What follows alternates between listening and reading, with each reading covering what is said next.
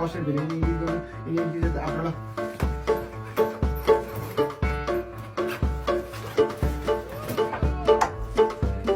बाबु यो चिया र बिस्कुट खाएर जानु प होइन मलाई इक्जाममा ढिलो भइसक्यो म गइहालेँ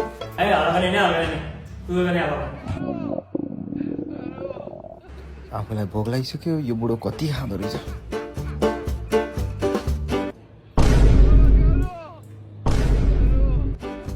होइन यो बुढोको इक्जामको बेला केही काम हुँदैन के हो बिहानदेखि दस्तै खाइसक्यो क्लासभरि बास्न आएर केही छैन आफूलाई यहाँ भोकले आन्द्रा चुटिन लागिसक्यो